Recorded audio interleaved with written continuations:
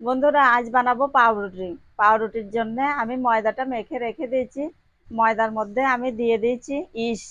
East দেওয়ার পরে দিয়েছি গুঁড়ো দুধ, দিয়েছি চিনি, দিয়েছি লবণ, দিয়ে মেখে রেখে দিয়েছিলাম। আর লাস্টে একটু সাদা তেল দিয়েছি। সাদা তেলটা কিন্তু আগে দেবেন না আপনারা। আর দেখুন কত সুন্দর হয়ে আছে। মেখে রেখে দিয়েছি 2 ঘন্টা। 2 ঘন্টা পরে দেখুন কত সুন্দর হয়েছে না, খুব সুন্দর। দিয়ে এখন আবার আরেকটু মেখে নেব, ভালো করে মেখে বেঁকে দিয়ে দেবো।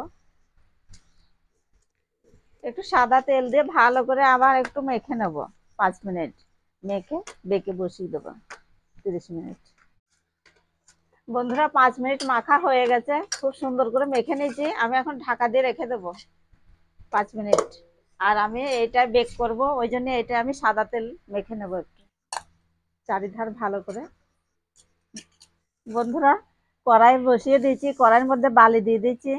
এ দেখুন, বালি গরম হয়ে গেছে। আর কতটুকু ময়দা দেখুন। আর বাটিটা একদম ভর্তি হয়ে গেছিল। এত সুন্দর হয়েছে, একদম নরম তুলতুল করছে। আর বন্ধুরা, আমি কিন্তু একটা পাউরুটি বানাবো। এই যে একটাই বসিয়ে দেবো। কতটুকু দেখুন, আর বাটিটা একদম ভর্তি হয়ে গেছিল। বালি গরম হয়ে গেছে, আমি বালির উপরে বসিয়ে দেবো।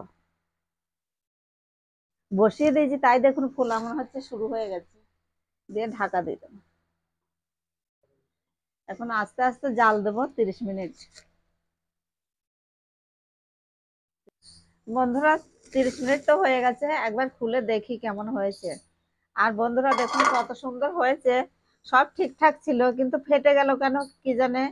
প্রথমবার বানাচ্ছি তো, এখন কিসে কম হয়েছে না বেশি হয়েছে। মনে হয় ইস্ট বেশি হয়ে গেছে, ওই জন্যই এরকম হলো। এমনি হয়ে গেছে দেখুন, আর লেগে নাই কাটিতে, একটুও লাগে না।